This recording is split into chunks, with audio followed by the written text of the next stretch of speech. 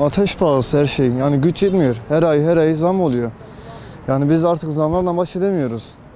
Misal elektrik zammını düşünelim. Her ay bir zam oluyor. Misal dün un almaya çalıştım 25 kilo. 95 TL'ydi. Dünle bugün arasında ne fark var? Hiçbir fark yok. Birdenbire 10 liranın neyi zamı? Yani biz bu zamlara bir çözüm bulunması lazım. Bak abi ben şu an işsizim. Başpınar'dan geliyorum. 5 lira dolmuşa veriyorum. Evim de 5 lira 10 lira. Gidiş geliş 20-30 milyona bana mal oluyor. Günlük bir gidişim sadece.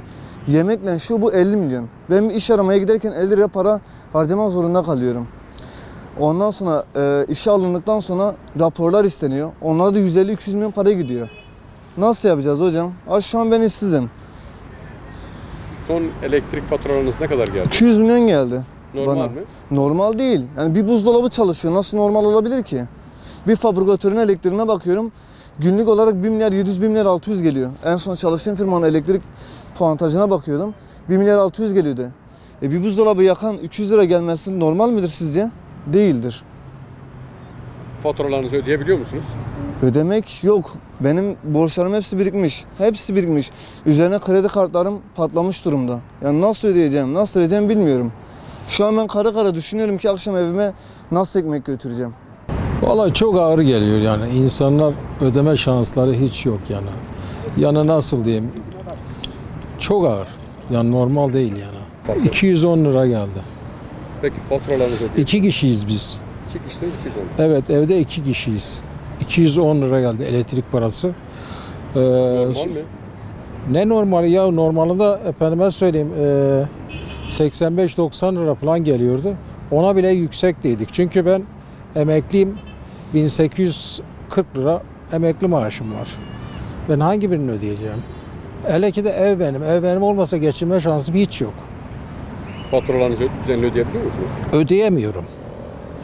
Ben emekli aldığım maaşla eve ulaşamayayım. Eve gidemiyorum yani. Vallahi ucuzlatmasını istiyoruz yani. Böyle olacak. Böyle yani nasıl gidecek? Nereye kadar gidecek? İnsanlar yani çok kötü durumda.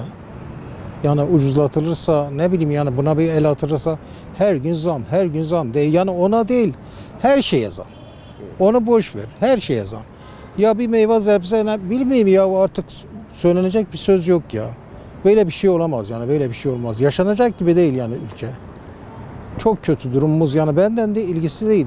Komple yani ülkeyle ilgili yani. Valla insanlar çok mağdur, çok mağdur. Çok kötü durumumuz. Ben şu an yeni bir eve geçtim. Ufak bir ev aldım çok şükür. En son gelen elektrik faturası 105 lira geldi. Yani neye göre geldi, nasıl geldi anlamadım ben. Yani 3 kişiyiz evde. Kullandığım bir çamaşır makinesi, bir buzdolabı. Başka bir şey yok. Çok abartılı yani. Ödeyebiliyor musunuz faturaları? Ya abi yani çalışınca ister istemez ödüyoruz ama zor zor ödüyoruz.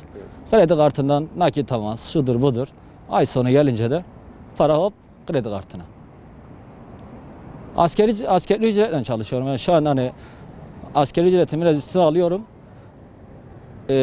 Geçen ay 3500 yatmış, bu ay yatmış 3200. Sebep vergi dilimi. Askerli ücretten vergi dilimi alıyorlar.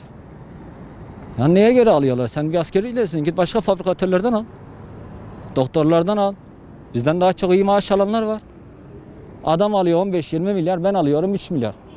Haksızlık abi. Yazık günah, benim 2 tane çocuğum var. Ben bunun geleceğini düşünüyorum.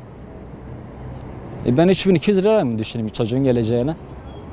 Elektriği var, suyu var, sobası var, kömürü var, odunu var, var oğlu var. Bunların hepsi para bu devirde. Ya ben bugün hani kömür alamazsam en basit ya. 2 tane çocuk üşüyecek evde. En basit o. Yani artık bilmiyorum. Ya zaten her ay zam geliyor. Doğalgaza da, elektriğe de. Ya bundan usandık, bıktık. Yeter artık.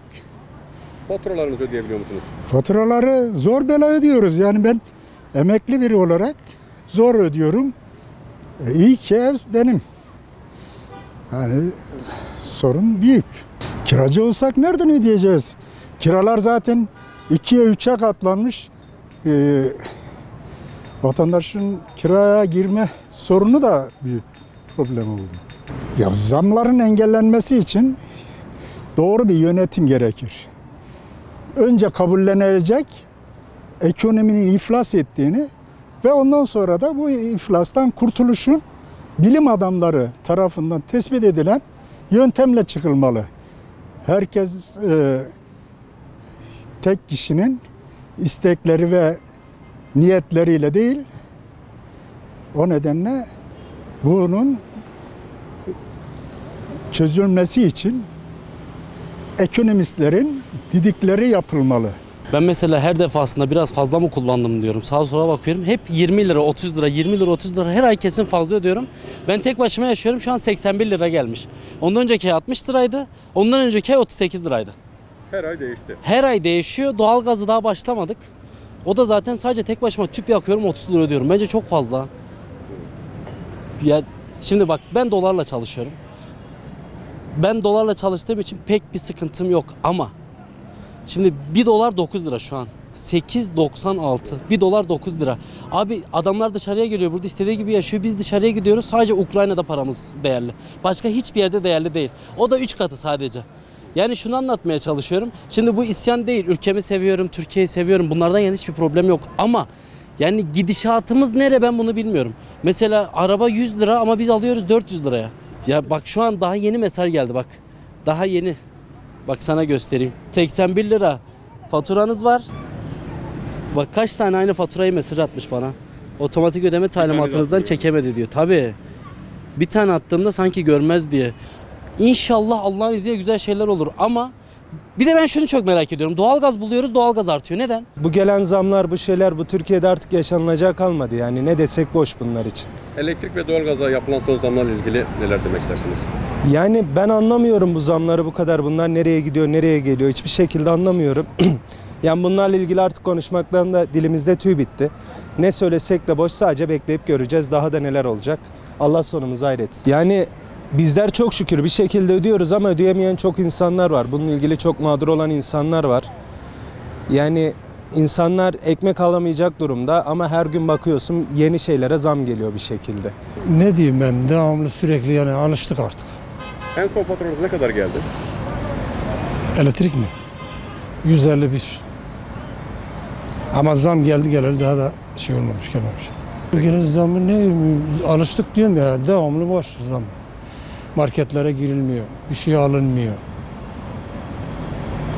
Alınacak bir şey yok. Asgari ücretle çalışıyor. Aşırı ve yüksek.